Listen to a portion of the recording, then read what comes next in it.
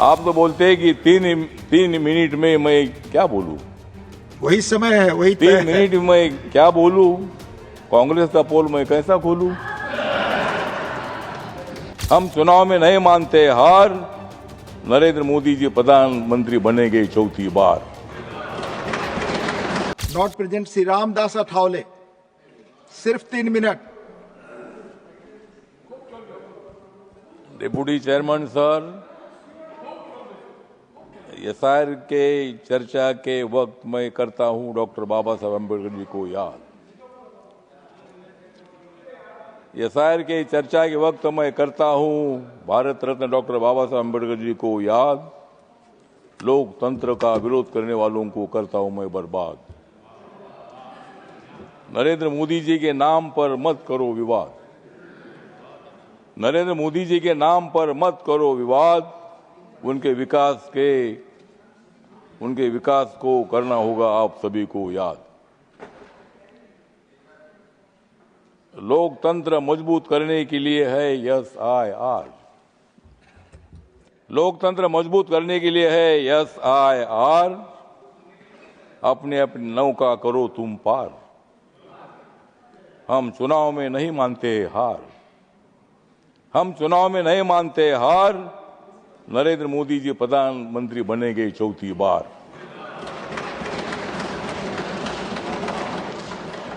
आप तो बोलते हैं कि तीन मिनट में मैं क्या बोलूं। वही समय है, वही 3 मिनट में मैं क्या बोलूं। कांग्रेस का पोल मैं कैसा खोलूं। मैं तो नहीं हूं ज्यादा चालू। मैं 3 मिनट में क्या बोलूं। संसद में अब नहीं है लालू। संसद में अब नहीं है लालू, इसलिए मैं नहीं खाता हूं आलू। प्लीज, जो व्यक्ति मौजूद नहीं उनका नाम न ले, ये संसद की वोट नहीं मर्यादा होता है चोरी। वोट नहीं होता है चोरी। झूठी है ये कांग्रेस की स्टोरी। वोट नहीं होता है चोरी। झूठी है ये कांग्रेस की स्टोरी। नरेंद्र मोदी जी के हाथ में सत्ता की डोरी। नरेंद्र मोदी जी के हाथ में सत्ता की डोरी। इसलिए वो आरोप लगा रहे हैं वोट होता है चोरी। तो मुझे लगता है कि मैं आप लोगों को इतना ही बताना चाहता हूं कि डॉक्टर बाबा साहब अम्बेडकर जी ने एक बहुत ही बड़ा निर्णय ले लिया था और एक इंडिपेंडेंट इलेक्शन कमीशन बनाने के बारे में बाबा साहब अम्बेडकर जी ने सुझाव दिया था। इलेक्शन कमीशन किसी पार्टी का नहीं होता है।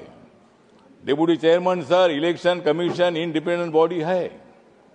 इलेक्शन कमीशन को जो इलेक्शन की लिस्ट होती है, वोटर लिस्ट होती है, उनमें क्या करना है इसके बारे में निर्णय लेने का अधिकार है। जो 2 बार वोटिंग करते, 3 बार वोटिंग करते हैं, जो लोग मतलब गलत सर्टिफिकेट देकर जो लोग वोटर लिस्ट में उनका नाम न डाला है, वैसे लोगों को चेक करने के लिए एसआईआर है। ये आप विरोधी लोगों के लिए नहीं है।